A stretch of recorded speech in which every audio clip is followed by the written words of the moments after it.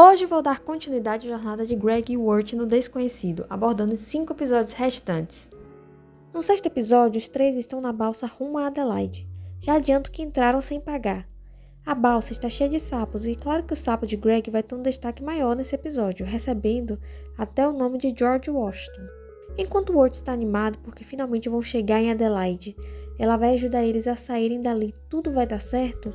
Beatriz não parece estar contente, pelo contrário. Wirt chega até mesmo a se juntar com Greg em uma canção para animá-la, um milagre. Adelaide, venha pro desfile de Adelaide. Mas não é uma aproximação com o irmão. Quando Greg se refere a George Washington como nosso sapo, ele deixa claro. Ele não é meu sapo, ou ela não é minha sapa, nós não sabemos se é fêmea. Isso não é um detalhe banal. Greg se afasta tanto porque o Wirt permite. Na verdade, no fundo, ele quer que o irmão se afaste. Essa jornada não é apenas sobre Wirt se encontrar, aprender a ser mais seguro sobre si, mas também para que ele aprenda a enxergar Greg como alguém que faz parte de sua vida e aceitar o que ele representa. Um garoto otimista que ainda cultiva a inocência que até mesmo o impede de ver o lado negativo de algumas coisas, não apenas o incômodo. E o sapo é um símbolo da tentativa constante de Greg em construir essa relação. Desde o primeiro episódio, ele quer a ajuda de Wirt para escolher um nome para o bicho. Ele tenta a todo custo fazer com que Wirt se interesse por algo que ele traga. Logo, os seguranças da balsa percebem que eles entraram sem pagar e a gente tem uma perseguição digna de Hanna-Barbera. A solução que eles encontram é se disfarçar de parte da banda com o clássico disfarce do sobretudo. Uma vez no palco, sem querer, Wirt derruba o sapo que toca fagote e ele acaba caindo na água. A plateia fica agoniada e Beatriz fala para Wirt tocar. Ele fica muito inseguro e arranja desculpas, mas os outros dão uma força, então ele toca. Para Wirt é uma vitória, fazer algo no improviso. Foi difícil, mas ele conseguiu. A surpresa maior foi descobrir que George Washington é um ótimo cantor, com direito à música com o nome do desenho na letra. É o seu segredo além do jardim. Os sapos se acalmam e gostam tanto da música que conseguem seguir a viagem tranquilamente.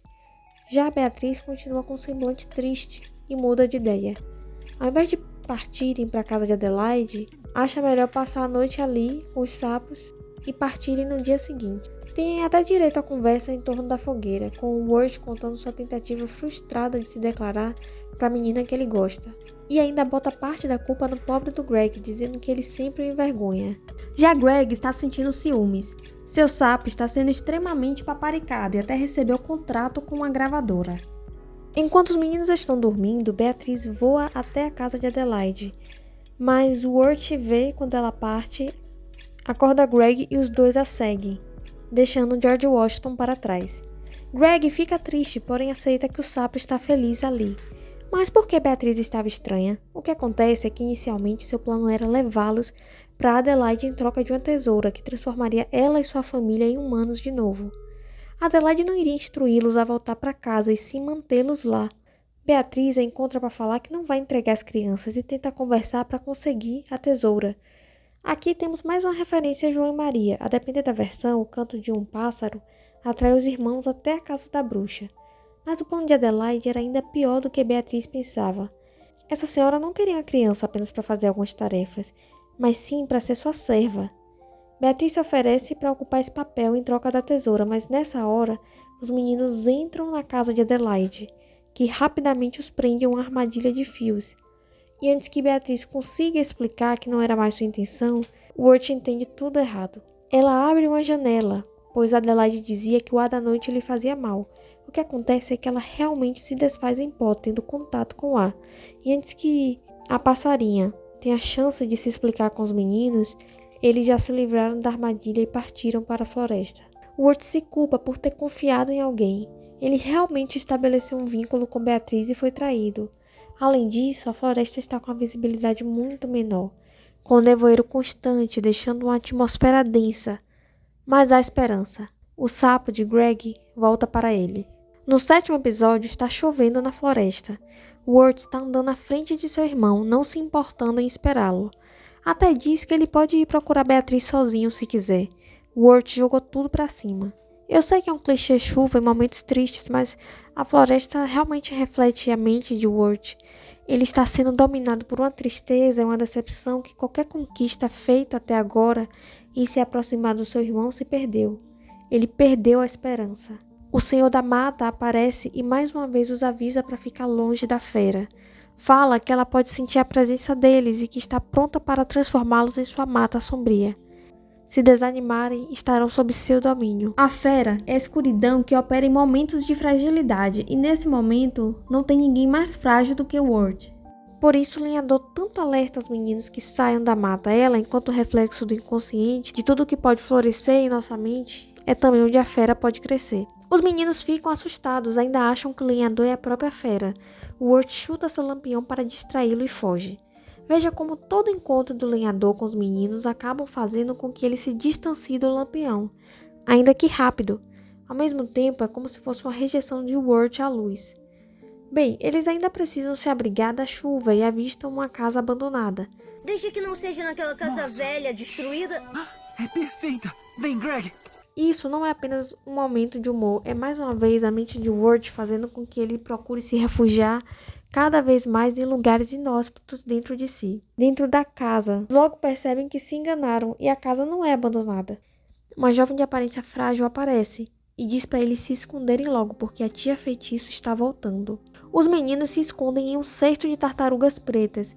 Uma mulher um tanto macabra já chega sentindo o cheiro de outras pessoas. Ela pergunta se alguém esteve ali e quando Lorna, a garota, responde que não, ela fala: então ninguém será devorado vivo esta noite. Antes de subir para dormir, a tia ordenou que Lorna limpasse os ossos dos que já haviam sido devorados naquele dia e que limpasse o chão até brilhar. Os garotos se assustam. Por pouco eles não são encontrados no cesto e saem assim que Lorna os chama. Mas enquanto estavam escondidos, ouviram a tia feitiça utilizando uma sineta para controlar a garota e fazê-la obedecer suas ordens. A tia diz que deixar Lorna ocupada é o único jeito de impedir que o espírito maligno a leve à maldade. Mas é óbvio que isso é o que uma tia controladora diria. Ward fica revoltado. Como que uma tia faz isso com uma sobrinha doente? Então se oferece para ajudá-la a limpar a casa. Assim ela termina mais rápido e eles conseguem fugir antes da tia acordar e dar mais ordens. Como de praxe, Ward não tá nem aí para Greg, que acaba mais uma vez se afastando, enquanto brinca com seu sapo. Quando Ward e Lorna vêm, Greg já está correndo de tia feitiço depois de ter acordado ela. Mais uma vez ela alerta: se vocês não deixarem minha Lorna em paz, serão devorados. Mas não consegue fazer a sobrinha obedecer, porque não está achando a sineta. Então todos aproveitam para correr e se esconder em um quarto. Trancados no quarto, eles entendem tudo. E Lorna se transforma em uma criatura assustadora. Que iria devorá-los não era a tia feitiço, e sim ela. Ela realmente tinha um espírito maligno dentro de si, e era sobre ele que a sineta tinha controle. Surpreendendo a todos, Ward carrega Greg e foge do quarto quebrando a janela. Correm e caem em um lago, e aí Greg revela que o sapo comeu a sineta. Ward balança o sapo e faz com que o espírito saia do corpo da jovem e não volte mais. Lorna fica muito feliz. Tia Feitiço também demonstra estar feliz, mas seu semblante é triste. Acha que agora que a garota não precisa dela, vai abandoná-la. Mas Lorna diz que nunca faria isso, afinal ela é sua família. A gente fica se perguntando, né? Ela não podia ter banido esse espírito antes? A impressão que dá é que ela não fazia isso justamente para Lorna não ser independente. Mas pelo menos elas se reconciliam e a tia entende que não precisava dessa dependência para ter a menina por perto. Tia Feitiço alerta os meninos para tomarem cuidado com sua irmã, Adelaide do Pasto. Mal sabe ela que a outra já virou pó. E assim se despedem. Os meninos voltam para a mata, a mesma mata de atmosfera densa. E assim como a névoa impede a visibilidade das árvores, Ward não está mais conseguindo enxergar o sentido em sua caminhada. Está começando a ter dificuldade de acreditar que vão conseguir voltar. À espreita está a fera, ansiosa para que os garotos percam sua resiliência e entrem em seu domínio, a desesperança. O 8º episódio começa com os meninos atravessando um rio dentro de um barco improvisado. Ward está bem melancólico e Greg está remando. Essa imagem de Greg remando nos mostra duas coisas: que ele está tendo que tomar as rédeas da situação, guiar o caminho já que Ward desistiu, e também como Ward se sente um corpo à deriva. apenas sendo levado pela corrente de desilusão, já que não tem mais forças para ir contra. Mas tem algo perigoso aí. Wirt não apenas desistiu, ele quer arrastar Greg nisso. Quer que seu irmão admita que estão perdidos para sempre. Ele já se irritava com o jeito de Greg, mas agora a positividade começa a ser dolorosa. Só o faz lembrar do que nunca vai poder ter. Mais uma vez, Wirt põe a culpa de tudo em Greg e diz que eles se perderam, porque como sempre estava de brincadeira. Percebem como a ludicidade de Greg incomoda Wirt? Ele, um adolescente em crise de identidade, inseguro, que busca para si maturidade de um jeito que se torna uma cobrança pesada. Por isso sempre deixa Greg para longe, pois simboliza tudo de que ele quer se afastar. Enxerga as situações sem o mesmo peso de Wirt e simplesmente não entende porque certas coisas não podem ir lá e serem resolvidas. Desconhece as grades que Wirt cria para si. Wirt não está só recusando seu irmão, mas também sua criança interior. O problema é que ele ainda é muito jovem para sequer não se pensar mais como criança. Crianças? Eu já tô no ensino médio. Mas você ainda fede muito. Você... Enfim, de qualquer maneira, os papéis se inverteram. Greg agora é responsável pela volta ao lar. Wirt está tão desanimado que só consegue dormir. Greg decide dormir também, mas é um dormir ativo, com a intenção de sonhar com uma solução, o que de fato acontece. Ele sonha que é levado até a cidade das nuvens, onde tudo é muito feliz, alegre, colorido e lúdico. Mas, sem querer, Greg abre um portão liberando um perigoso vento norte. Ou melhor, o lado mais obscuro da sua mente. O vento norte é um perigo que tem que ficar separado, trancado, banido. Caso contrário, vai destruir aquela cidade perfeita que representa tudo o que Greg idealiza. Embora sua inocência e ludicidade o tenham levado a resolver várias situações, agora Greg tem que lidar com o fato de que a vida não é brincadeira o tempo todo e não pode ser encarada desse modo. Seu irmão está triste e desesperançoso. Greg precisa lidar com isso de frente para que voltem para casa. Também não significa que ele tem que abrir mão 100% de sua visão de mundo. Então Greg acaba engarrafando o vento norte, salvando assim, pelo menos por enquanto, a cidade das nuvens. Olhe essa imagem. O perigo, o lado sombra dos pensamentos de Greg nunca vão sumir, mas ele tem que aprender a lidar com eles, até quem sabe um dia a garrafa quebre e ele os enfrente de novo. Como Greg salvou a cidade das nuvens, uma fada aparece e lhe concede um desejo. Uma referência à fada azul de Pinóquio. Talvez seja um sinal de que Greg também esteja crescendo e se tornando um menino de verdade. Ele, claro, deseja voltar para casa com seu irmão, mas a fada diz que isso não é possível, porque o Wirt está perdido. A mata de Edelwood já está em volta dele, o que significa que foi dominado pela fera. Então, em segredo, Greg deseja outra coisa. Acorda e vai embora. Com a fera. A voz da fera, ainda que não esteja perto, acaba acordando o Wirt, que ao ouvir aquele cantarolar específico, intuitivamente conclui que seu irmão está com a fera. Facilmente remove as raízes de Edelwood e parte desesperado em busca de seu irmão. Ele, que tanto o deixou se afastar. No desespero da procura, o gelo embaixo dele se parte. Sim, agora a mata não está apenas fria, está nevando. Então, o Wirt cai no lago e afunda, mas ele não vai ficar à deriva, sozinho, navegando. Dessa vez ele tem companhia. Beatriz, com a ajuda de um peixe, o resgata. Antes de dar continuidade à história dos irmãos, vou falar um pouco sobre a arte do segredo além do jardim. Uma das primeiras coisas que notamos é o contraste entre o cenário e o design dos personagens. A arte final deles, além de ter uma espessura fina em relação aos demais elementos, não apresenta variação. Já o cenário é mais elaborado, rico em texturas e volumes. E essa diferença se dá principalmente quando vemos os meninos na floresta. Essa escolha estilística reforça uma aura de fantasia, de mistério, do deslocamento dos personagens nesse universo, principalmente de Wirt. Quando temos um close do cenário, em alguns momentos conseguimos ver uns pontos, como se fosse a textura do suporte utilizado, lembrando em muito giz pastel oleoso ou a própria tinta óleo. Essa escolha não é à toa, ainda que tenha sido feito no digital, a escolha de lembrar materiais tão táteis aproxima a arte ao universo da literatura infantil e das ilustrações de contos de fada. No nono e penúltimo episódio é quando descobrimos como os irmãos chegaram ao desconhecido. Era uma noite de Halloween e Wirt estava em seu quarto, preocupado, ansioso, se preparando para encarar seu maior medo, se declarar para Sarah. Ele vai ao encontro de sua paixão e lá está ela, fantasiada de abelha, animando um jogo de futebol americano. Wirt observa atrás da grade do campo. Poderia entrar, porém mais uma vez escolhe se esconder atrás de uma barreira criada por ele mesmo. Greg o encontra. Estava ajudando uma senhora a limpar o jardim em troca de doces, apesar da tradição ser dar de graça. Mas ele pegou algo para si nesse jardim. Uma pedra. A famosa pedra dos fatos concretos. Talvez ele não seja só o inocente que foi enganado por uma senhora. Talvez lá no fundo ele também haja com astúcia, o que é bom. Enfim, ele chama Wirt para caçar sapos. Seu irmão havia prometido, mas provavelmente sem intenção alguma, então diz que está ocupado. Greg logo saca que ele quer entregar a fita que está na mão para a abelha da torcida. Ora, se é isso que está ocupando o Wirt de caçar sapos, então por que não resolver? Pega a fita e leva até a Sarah, mas é interrompido por 3 meninas. São colegas de sala de Wirt. Uma delas pega a fita na mão de Greg, que libera logo a informação que é de Wirt para Sarah. Elas têm a reação mais esperada de pré-adolescentes, e Wirt fica desesperado. Uma delas avisa: é melhor você se apressar, porque o Jason Vanderburker vai chamar ela para sair hoje. Jason Vanderburker? Wirt fica tão aterrorizado que se distancia, sem nem ao menos considerar a possibilidade de que Sarah possa preferir sair com ele. Enquanto está angustiado com seus pensamentos, Greg não desiste da caça aos sapos. Quer se divertir com seu irmão. Só que, para piorar, Wirt lembra que não pegou a fita de volta e simplesmente não pode deixar Sarah ouvi-la.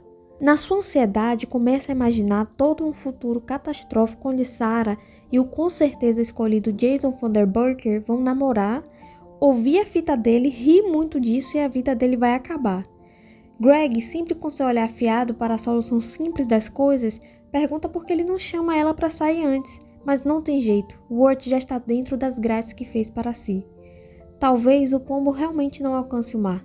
Quando volta ao campo, as meninas haviam deixado a fita no casaco de Sarah, acreditando que ele iria gostar. Só que não dá tempo de pegar, então os meninos seguem Sarah até a festa de Halloween, e lá está ela. Mas e agora, como vão fazer para entrar na casa? Não foram convidados. Bem, Greg só pensa, e se eu entrar? E entra. O Wirt vai atrás. E acaba se esbarrando na Sarah, que na verdade é bem simpática e o convida para ir com a turma dar um rolê no cemitério. Só que aí aparece o mais perfeito, o imbatível, Jason Vanderburker. Oi, Sarah. Oi, Jason Vanderburker. E o Wirt joga a toalha. Só que, veja, ele ainda não conseguiu pegar a fita, então vai ao cemitério, só que escondido. E é aqui que temos aquele momento que dá o título da obra. Jardim Você Eterno. tá limitando o universo a coisas que os humanos entendem. Greg ouve o coachar de um sapo, e o primeiro pensamento dele é: o Wirt me enganou, era uma caça ao sapo o tempo todo. Sabemos que a caça ao sapo é uma maneira de Greg tentar se conectar com seu irmão. Por isso que Greg tem dificuldade para definir o nome do sapo. Wirt ainda não o vê como irmão de verdade, então como poderia nomear e possuir uma relação que ainda não foi consolidada? Não à toa, no primeiro episódio, ele pede a Wirt ajuda para dar um nome ao bicho. Mas voltando ao cemitério, Greg e Wirt avistam Sarah com algumas pessoas e, óbvio, Jason Vanderburker. Greg vai de encontro ao grupo, com a missão de distraí-los para o Wirt pegar a fita, mas acaba entregando que seu irmão está atrás de uma lápide. Só que o que acontece? Antes de ter a chance de se explicar, aparece um carro da polícia. Um policial pergunta se é uma reunião de bruxas e fala que todos estão presos. Todos saem correndo, mas óbvio que era uma pegadinha. Wirt fica desesperado e sobe em cima de uma árvore para pular o muro do cemitério. Greg, óbvio, o imita. O policial alerta que é perigoso e manda eles descerem, mas Wirt, que está em cima do muro, literal e figurativamente, em pleno Halloween, vê uma coisa assustadora. Sarah olha em seu bolso e percebe que há uma fita ali. Jason Vanderburker se oferece para ouvir junto. Acabou. Acabou a vida do menino Wirt. Mas ele toma uma decisão e pula o muro para além do jardim. É óbvio que ele põe a culpa de tudo em Greg e não em sua incompetência. E aí ficamos sabendo que eles são meio-irmãos. Wirt fala que mais uma vez Greg estragou a vida dele. Você e o mala do seu pai. Wirt odeia que Greg e o pai não desistam dele. Odeia que eles não desistam de chamá-lo para sua banda. E ainda culpa Greg por não ter chance nenhuma com Sarah mais. Sendo que esse fracasso é todo na mente dele, pois nem mesmo chegou a convidar a menina para sair. Wirt não suporta Greg porque o vê como uma antítese e não como um complemento. Tanto é que Greg não desiste. Quando ouve um sapo, ainda age como se estivesse caçando sapos com seu irmão e o pega. O sapo da sorte. Wirt repete: não quero nada com você e nem com seu sapo. Mas a vida é um trem que não para e os meninos não haviam se dado conta que pularam em cima de um trilho até que um trem a todo vapor apareça. Eles conseguem pular a tempo, mas acabam rolando morro abaixo e caem em um lago desacordados. E é assim que vão parar no desconhecido. Aqui a simbologia da água é muito importante. Em muitas culturas, a água é como um portal que conecta a vida e a morte. O batismo é um ritual que representa o renascimento. Na mitologia grega, o rio Stygia é a fronteira que separa o mundo dos vivos e dos mortos, e especialmente no Halloween, o dia que o véu entre esses mundos está mais fino, nada mais justo do que a água servir como a fronteira. Afinal, apesar de poderem morrer, água também é vida. Voltando à cronologia, lembram que Wirt foi salvo por Beatriz após cair em um lago? Ele acorda dentro da árvore em que a família de Beatriz vive. Ela havia deixado Wirt e o sapo abrigados. Beatriz? Conhece minha filha? A família não sabia onde ela estava há muito tempo, até porque Beatriz também está em uma jornada para se reconectar com sua família, já que não se perdoa pela transformação deles. Wirt segue adiante para encontrar Greg. Aqui ele não só não rejeita o sapo, como o carrega. Então lá se vai nosso garoto solitário, na nevasca de sua mente, ao encontro de seu agora irmão por inteiro. No agora 10º e último episódio, podemos ver Greg com a fera. Ele está acabado, sua energia está sendo drenada. A fera lhe pede 3 coisas: um favo de ouro, um carretel de linha de prata e o sol. Greg entrega um favo de mel, um graveto com teias de aranha e, para pegar o sol, posiciona a xícara de um modo que ao pôr do sol ele vai parecer entrar na xícara. Greg deu exatamente o que a fera pediu? Não, mas não importa. O que importa é que acredite nisso, pois a crença é o que vai dominá-lo. Atender os pedidos da fera sela o pacto que confirma que ele vai se sacrificar por Wirt. No entanto, mais do que isso, nosso criativo Greg não conseguiu ver uma saída para salvar o irmão que não fosse se entregar à fera em seu lugar. Então Greg adormece. Beatriz e Wirt acabam se encontrando no meio da nevasca. Ela conta que acabou de ver Greg. Wirt avisa que ela deveria ir para casa, mas ela só voltará quando acharem o caçula, e assim Wirt a carrega também. Em sua casa, o lenhador está tentando extrair óleo de Edelwood, mas é tão pouca madeira. Sua atividade é interrompida ao ouvir o canto da fera, então ele vai confrontá-la e encontrar algo horrível. Greg está virando uma das árvores de Edelwood. Mas ele não aceita. Ainda que a alma de sua filha esteja em jogo, a sua alma não está à venda. Então a fera revela: O senhor já moe almas perdidas há anos. Não sabia disso. O Senhor da Mata tenta arrancar Greg dos galhos crescidos, mas a fera o atenta, o provocando sobre sua filha, insinuando que ele não se importa mais. Então o lenhador entra em uma luta física e psicológica com a fera. Wirt e Beatriz veem uma luz e a seguem. É o lampião do Senhor da Mata. Perto eles avistam Greg, que pede desculpas a Wirt, e pela primeira vez, Wirt toma a responsabilidade para si. Foi minha culpa acabarmos aqui. Foi tudo culpa minha. Mas Greg interrompe o discurso para revelar uma coisa. Ele pede desculpas por ter roubado a pedra dos fatos concretos. Greg não é só aquele garoto inocente e bobo que faz tudo o que é divertido. O roubo da pedra indica que há uma malícia nele. Bom, como qualquer criança, tem nuances. Por isso joga as 2 moedas que ganhou fora. Ele não se considerava esse garoto cheio de bom senso, mas pede para Wirt devolver a pedra. E seu irmão nega. Greg quem vai devolver. E aqui acontece uma das coisas mais legais. Anda logo. Nós temos que levar o Jason Vanderburg pra casa, né? Olha que legal, a consumação do entendimento dele de Greg como irmão. Finalmente Wirt ajudou a dar um nome para o sapo, não só isso, ressignificando sua insegurança em relação ao Jason Vanderburger. Mas Greg adormece de vez. Beatriz e Wirt se apressam para partir os galhos, mas estão muito duros e nesse meio tempo o lenhador cai, derrotado pela fera, que exige o lampião, mas Wirt se recusa e diz que vai levar seu irmão para casa. A fera fala que Greg está fraco demais para conseguir voltar, logo vai virar madeira de Edelwood. Então propõe um acordo para Wirt: colocar o espírito de Greg no lampião e Wirt pode se tornar o guardião do lampião, carregando assim o fardo de mantê-lo aceso para sempre. Era isso ou a alma de Greg sumiria. Com muito pesar, Wirt aceita, mas antes da ideia se consumar, ele tem um lampejo. Que burrice, porque eu iria querer vagar nessa mata o resto da minha vida. A fera fala, estou tentando te ajudar, mas o Wirt rebate. Você tem uma obsessão por esse lampião. Parece até que é a sua alma que está aqui dentro. A fera se enfurece, fica cheia de ódio. Então aposta em amedrontar o Wirt. Ele fica assustado, mas se recompõe. Abre o lampião e se prepara para soprar. Mas a fera grita não.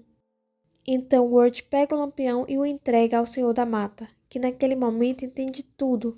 Sua querida filha nunca esteve ali. Ele estava o tempo todo a serviço da fera. Wirt então pega o machado e liberta seu irmão. Prestes a se despedir, ele dá a tesoura de Adelaide a Beatriz. Sim, estava com ele o tempo todo, mas ele estava muito chateado com ela.